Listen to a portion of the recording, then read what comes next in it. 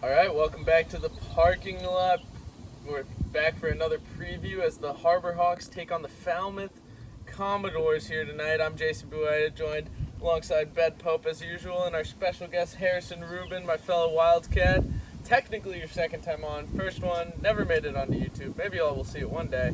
Who knows? Well, welcome back. Thank you very Welcome much. to the parking lot. We're glad to have you. But before we get to tonight's matchup, let's recap last night. The 5-5 tie out in Harwich in a little bit of a weird game. You know, had some lightning in Harwich last night. Had to bump up the time. Ended in darkness. That wasn't very dark, actually. But regardless, not an ideal outcome for the Harbor Hawks. We talked to Coach Beatty after the game last night, and he said this one really felt like a loss, and it kind of did. The Harbor Hawks were up 5-1 early and then just let the Mariners back into it. And it just wasn't great from the Harbor Hawks. The usually surefire bullpen let up a few runs, but what did you see last night, Harrison? So I'd say about the first 4 innings were pretty textbook Hyannis Harbor Hawks baseball. We were hitting the ball, getting out in front early, but as soon as we got to that 5th inning, as soon as we bring in guys from the bullpen. By the way, Mason Nichols probably had his best start of the year. But as soon as we got into our bullpen, Will Armistead, Jamie Arnold, the execution just wasn't quite there. They've been really solid early on, but just a matter of executing pitches, the pitch types, the locations, and situations. For example, there's no 2 count, I believe, in the bottom of the 7th, bottom of the 8th, when Jamie Arnold, Cape Cod All-Star, was pitching. We'll get to that. And there's a 0-2 fastball down the middle that was hit for the 2 tying runs. So, yeah, not ideal. Not ideal, but, on to the next as it is here up on the Cape. We got the Falmouth Commodores tonight. Big game for the Western Division standings. Hyannis sitting at 17, 12, and 2, and then Falmouth just right at 500. But, this West Division's so stacked outside of Wareham. No offense. But any games here, Hyannis doesn't really want to give up anything on their division rivals here. So it should be an exciting one. Who we got on the mound tonight, Ben? You're talking about an exciting matchup, and you've got the right guy on the mound here tonight. Hayden Frank has been one of the more reliable arms here for Hyannis this season. 0-1 record really doesn't say what he's done for this team, but a 2.79 ERA, definitely does. He's been really solid.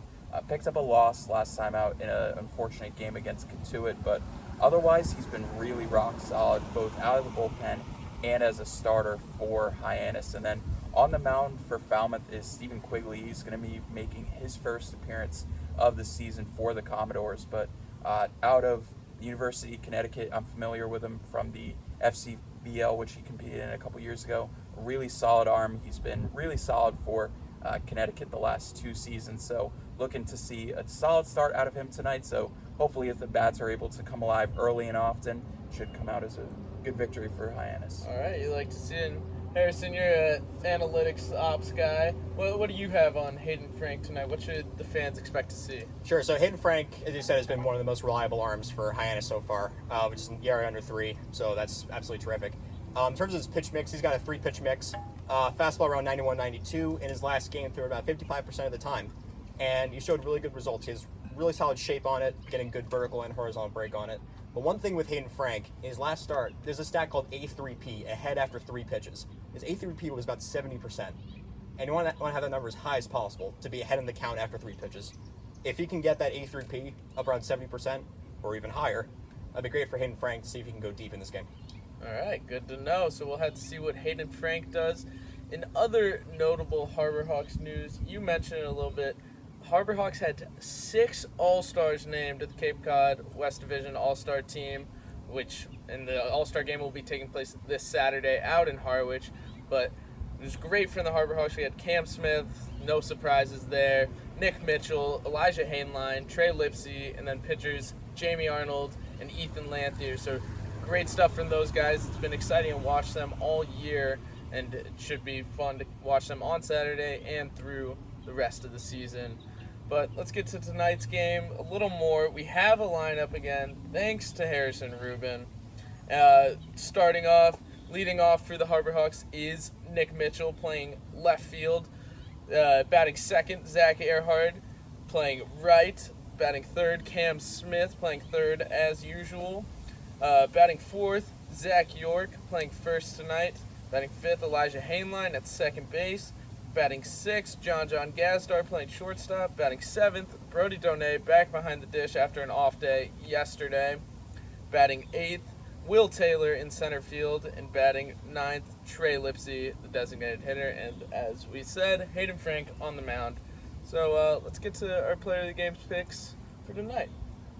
Yeah, so I'm going to start off. I'm going to go with John Gazdar here for Hyannis. I like that he's been able to really produce in multiple spots in the lineup. He's been batting second a decent amount this season, but also been at the bottom of the lineup a lot. And it doesn't really seem to bother him too much, the kind of fluctuation in the lineup. He's in front of two really big run producers tonight, Brody Donay and Will Taylor. I expect John to try and get on a few times and try and put himself in scoring position for those big run producers. So John's my pick. All right, Harrison, who you got? So I'm going with the other half of that double play duo. I'm going with Elijah Hainline starting at second base tonight for the Harbor Hawks. The Washington State product now transferring to Oregon State has been a really solid contact bat. His batting average on balls in play is one of the highest in the league and on the team. Cape League All-Star. And I think the stress of being in the transfer portal is all but gone now. Because, being in the portal, you have a lot of different things going on in your mind. I think mentally he'll have a very clear head, and that's why I think he'll be a player of the game tonight. All right, so maybe it'll be one of those middle infielders. I'm going to go with someone still up the middle, this time in the outfield. I'm going with Will Taylor. He's an exciting player, great defender, fast on the base pass, but it does feel like we really haven't seen his full potential at the plate yet. And I think now that he's said, I'm focusing solely on baseball, no more football at Clemson for him, which is unfortunate, but, he knows where he wants to focus. I think that should help him, like you were saying, clear his head and really focus up. I think we'll get a good game from Will Taylor tonight.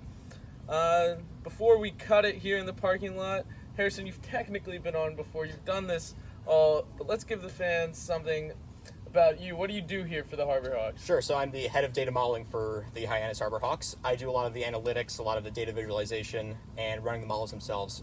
We have a lot of projects going on all at once. Building X-Wobicon, for example, it's expected weighted on-base average on contact. It's been a little bit of a buzzword in the analytics community. But we have metrics to predict a whole bunch of stats on both the pitching side and the hitting side.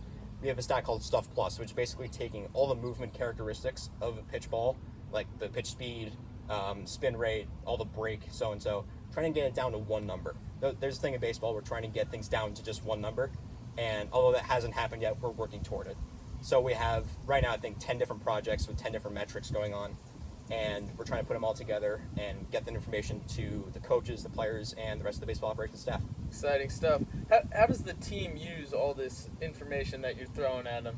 Sure, so I can speak to what I do personally. So I was down at batting practice today and talking with some of our guys, mainly Elijah Hainline, my player of the game pick, John Gazdar, Brody Donay. We have this really interesting plot that shows their exit velocity across different points in the strike zone, basically saying in which area are you hitting the ball hardest. And so that's their quote-unquote zone. When they're in their zone, they're hitting the ball harder, they're hitting it far. So whether it's that or talking to the coaches about what more information that they would want or any information that they don't want, we give them a lot of information. So maybe a little bit of an overload. But I think overall just getting that right balance between like eye test and analytics. Awesome. So it's a blend of old school, new school. Great stuff. It's shown that it's paid off so far with how the Harbor Hawks are doing. Hopefully it continues to do well. You all do great work over in the analytics department. But that will do it for us here in the parking lot. Jason Boué, Ben Pope, Harrison Rubin, and go Hawks. Go Hawks. Go Hawks.